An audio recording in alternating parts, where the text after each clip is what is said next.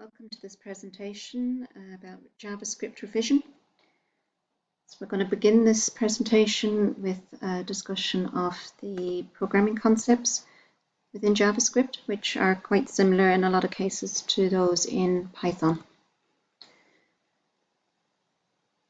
So the first thing to note is that there are two versions of JavaScript. There is client-side JavaScript and server-side JavaScript. Client-side JavaScript is an imperative programming language, which means it is run by a browser and it contains features that can be used to change a program's state and flow of control. So things like variables, selection statements, and loops. Now, unless there were restrictions built into the language, there would be nothing to prevent web browsers or web developers from writing code that could, for example, delete the client's entire file system. So for this reason, client-side JavaScript has no built-in file import or output capabilities. It does not allow the reading and writing of files. Server-side JavaScript, however, doesn't run on a browser. It runs outside the browser environment. So server-side JavaScript does not have the same restrictions.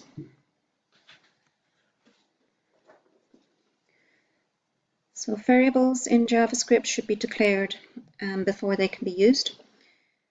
Their names must start with a letter or an underscore and contain numbers, same as Python, but they can also contain a $sign.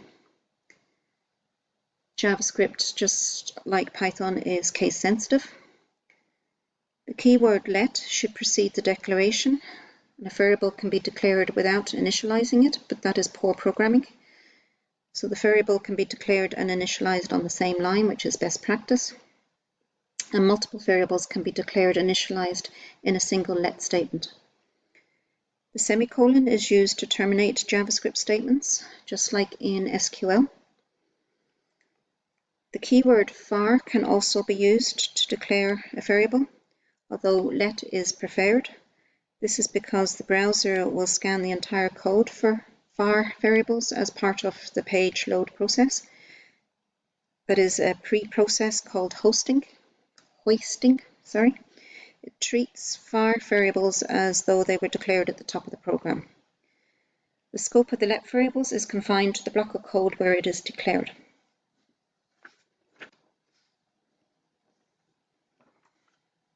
A const value cannot be changed once it has been declared, and const values are not hoisted. It's conventional to use camel case when naming variables, but capitals separated with underscores for constant values. There are a number of basic data types which your variables can take. These are the primitive data types in JavaScript. So number includes both integers and floats. It also includes special numbers called infinity and another one called NaN, which actually stands for not a number.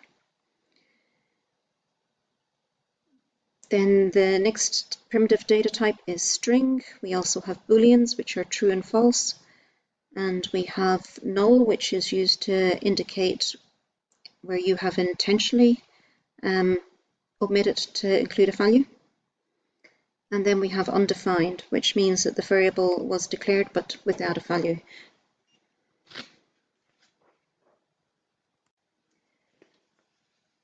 Arithmetic operators in JavaScript are very similar again to Python, but the increment and decrement operators are different. So in JavaScript,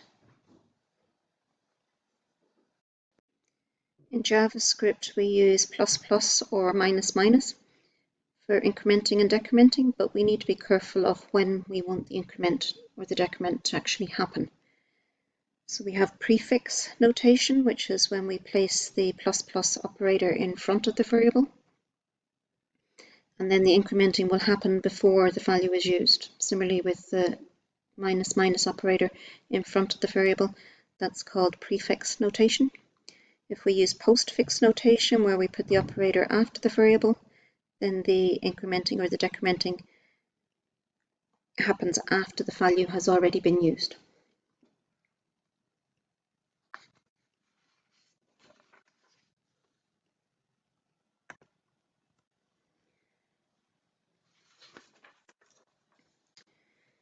So we have some examples of other operators here, which again are quite similar to Python. We have the assignment operators, which are used to assign values to JavaScript variables. We have string operators, and you can see the plus operator and the plus equals operator can also be used for concatenating or adding strings together. And then we have the logical operators, which are used to determine the logic between values or variables. So the double ampersand for and, the double line for or, and the exclamation mark for not.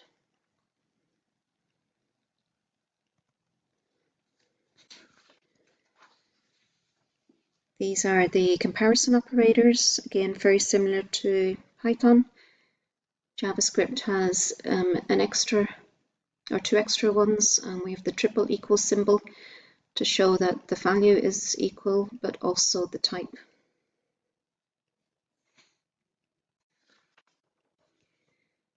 Another basic programming concept is the selection or the if statement. So unlike Python, JavaScript totally ignores white spaces and blank lines and indentation. It doesn't care about any of them. So where Python uses indentation to delimit the blocks of code in the statement, JavaScript will ignore the indentation, so it must use curly brackets instead. Where there's only one statement inside the if condition, the curly brackets could be omitted, but it's considered good practice to include them even when there is only that one statement between them.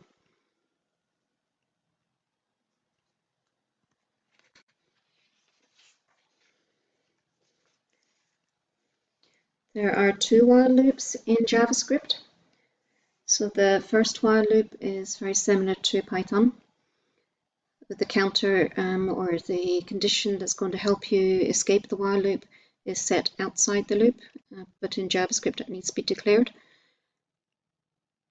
And then the second type of while loop that JavaScript has is called the do while loop, and that loop will guarantee that the statements are completed at least once, because the condition is only checked after the loop has executed as opposed to before.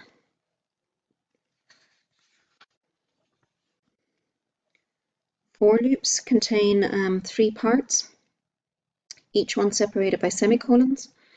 First part is the initialization of the incrementer or the decrementer, and the second part is the condition for the for loop to stop, and the third part is the steps that the incrementer will take. So the initialization is where your incrementer is declared, so it needs the let keyword in there as well. So that's it's declaring its initial value, and then the condition says when the loop will stop. So for example, when your counter is less than 3, and then the final part is how the counter is going to be incremented. So here it's being incremented by 1 each time. If you want to implement an infinite loop, you would have the 3 parts of your for loop empty, but you still need the semicolons.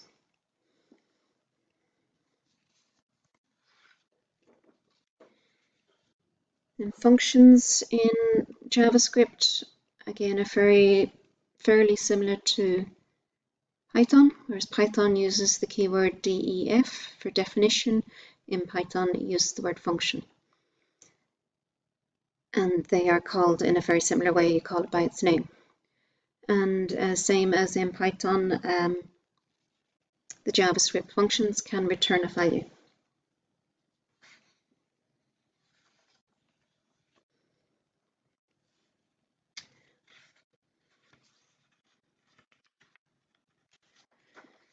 So JavaScript is an example of an object-oriented programming language, which means that it has features to support object data structures. So programmed representations of a person, a place, or a thing, such as, for example, a ball bouncing on the screen. So the objects use variables to describe their properties. For example, we can talk about the size of the ball or the color of the ball. And then functions are used to describe the behavior of the object, such as the moving of the ball around the screen or the bouncing of the ball. So JavaScript already has three built-in objects called the BOM, DOM, and GOM. BOM is the browser object model, DOM is the document object model, and GOM is the global object model.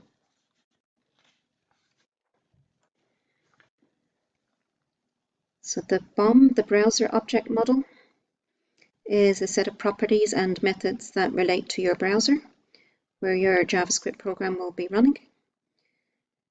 So they include the likes of console.log, alert, and prompt. Console.log is a very simple way to display text in a browser's console window. It's used by JavaScript developers primarily for debugging purposes. If you want to inspect the browser's console, you should use Control, Shift, and I. An alert pop-up box is often used if you want to make sure information comes through to the user. When an alert pop-up box pops up, the user will have to click OK to proceed. And a prompt box is often used if you want the user to input a value before they can enter a page. When a prompt box pops up, the user will have to click either OK or Cancel to proceed after they enter an input value. If the user clicks OK, the box returns the input value. If the user clicks the Cancel button, the prompt will return null, even if there is some text in the entry field. Otherwise, all the text that is entered is returned as a string. The use of the prompt is intrusive for the end user, so it is better to use the DOM for event handling.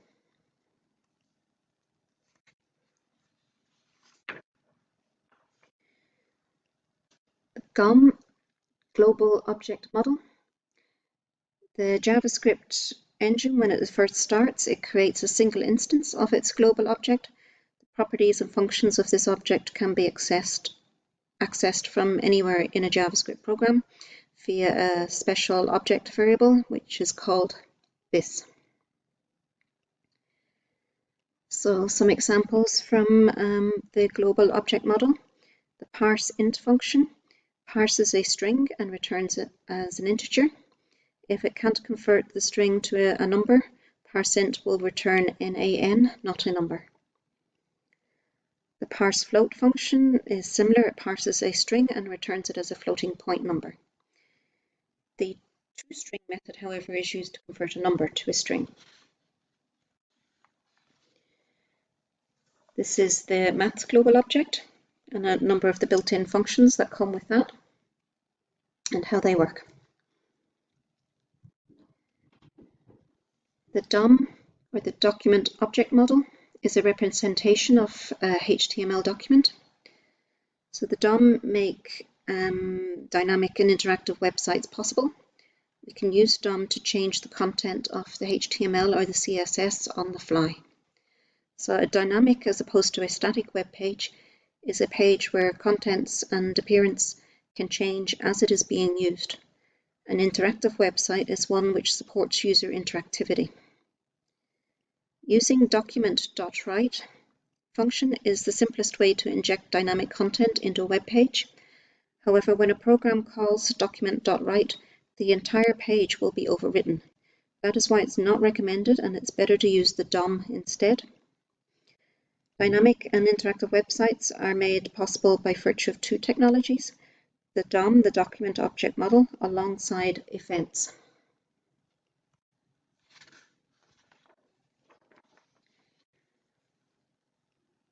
A DOM tree is a browser's representation of a web page. Every DOM tree is a collection of nodes, starting with a single root node called the document. Before a browser can render a page, it builds a DOM tree by parsing the HTML markup. Nodes that appear at the same level on the DOM tree are called sibling nodes. Sibling nodes share the same parent, or each sibling is said to be a child of the same parent. Browsers keep their display in sync with the DOM, so when the DOM tree changes, the browser automatically updates its display to reflect these changes.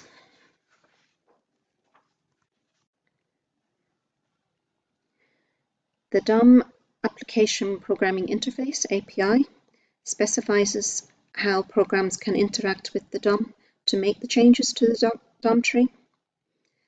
So for example, the create element, the function create element can be used to create a new element node. The function add child can be used to add a node at a specific point in the DOM tree. The function remove child can be called to delete a node from the DOM tree. The function getElementById can be used to retrieve an element node from the DOM, where the ID is an attribute in the HTML. This is the most straightforward way to retrieve a DOM element. The properties, text content and inner HTML can be used to change the text content of any node. These properties could potentially be used to change the contents of a heading or a paragraph or a button or any control that can contain text.